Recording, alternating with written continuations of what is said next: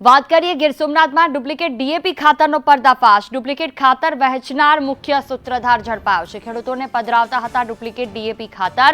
ખેડૂત નેતાની ફરિયાદ બાદ બંને ઝડપાયા છે।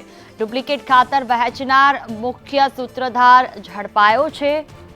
ખેડૂતોને પધરાવતા હતા ડુપ્લિકેટ ડીએપી ખાતર।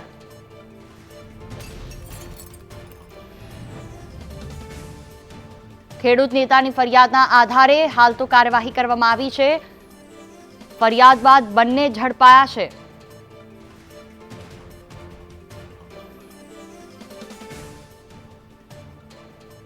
વધુ માહિતી સાથે સંવાદદાતા કુલદીપ પાઠક ફોનલાઈન પર જોડાયા છે અમારી સાથે। જી કુલદીપ, ક્યારે આ ફરિયાદ કરવામાં આવી હતી, કેવી રીતે આખું કૌભાંડ સામે આવ્યું?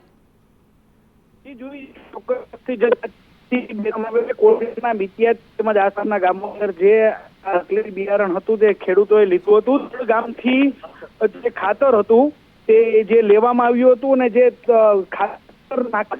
ખાતરની જોઈએ તે ન થઈ અને એના પર ખેડૂતોના ધ્યાને આવ્યું જે ખાતર હતું તે સંપૂર્ણપણે નકલી છે અને ખેડૂત સાથે મળી અને એની એક ફરિયાદ કરેલી હતી। મુહિમ જે લોકોએ આ લોકો પાસે ખાતર લીધા હતા ખેડૂતોને સાથે રાખી અને આજે ઉનાના તળ ગામનું જે લાયસન્સ વગર જે એગ્રો ચલાવતો તેમના સંચાલક ફરિયાદ આ જે ડીએપી ખાતર હતું તેને લઈ અને પોલીસ એની અંદરથી આ સમગ્ર મામલો પર્દાફાશ થયો હતો અને પોલીસ ડીએપી ખાતર વેચવા વાળા લોકોને આજે દંડો લીધા।